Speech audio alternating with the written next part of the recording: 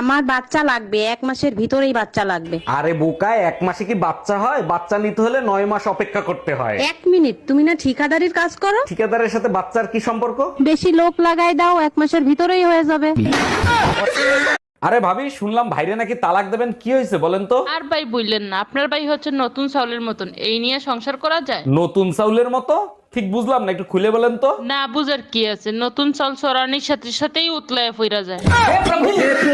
এই আজকে এত রাত হলো কেন? কোথায় গেছিলা? ওয়াজ মাহফিল শুনতে গেছিলাম। ও আচ্ছা, তা হুজুরেরা কি বয়ান দিলো আর তুমি কি শিখলা? হুজুররা বলল জীবনে এমন কাজ করেন আপনি মরার পরেও যাতে আপনাকে সবাই মনে রাখে। তাইলে সেরকম কাজ করো, তুমি মরার পরেও যাতে তোমারে সবাই মনে রাখে। সে কাজ আমি অনেক আগেই করে রাখছি, এলাকার সবার কাছ থেকে ধার নিয়ে রাখছি, সারা জীবন মনে রাখবে।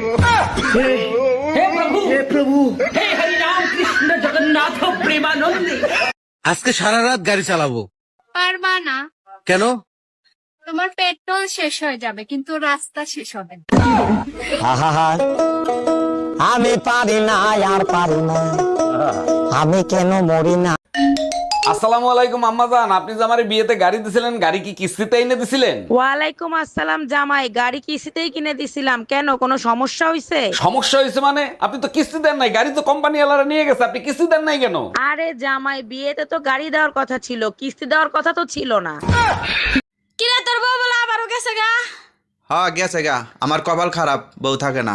তোর কপাল খারাপ না, তোর মেশিন খারাপ।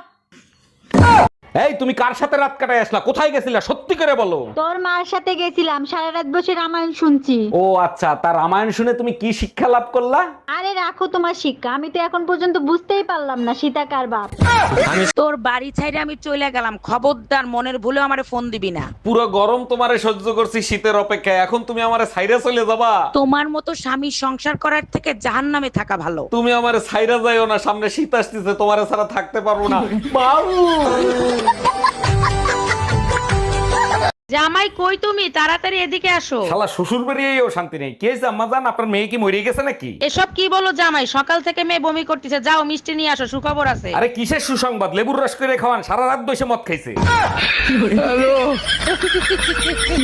এই আলুগুলো একটু ধুয়ে ফেলো তো। দাও।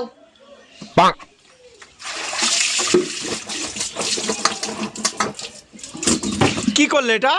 তুমি তো বলে ধুয়ে ফেলতে। আয় রে পোড়া কপাল। এই শুনছো? কই তুমি?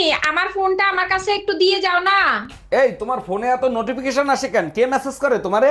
সকালে একটা ছবি পোস্ট করছিলাম, সবাই কমেন্ট করতেছে কি খাইয়া এত সুন্দর হইলি। উত্তর দিয়ে দাও, সকালে স্বামীর মাথা খাই, সারাদিন স্বামীর রক্ত খাই। এ ভাই, মনটা আজ ভালো নেই, চল মদ খাই। হায় मैं तो कब से हूँ रेडी तैयार। 100 টাকা দে।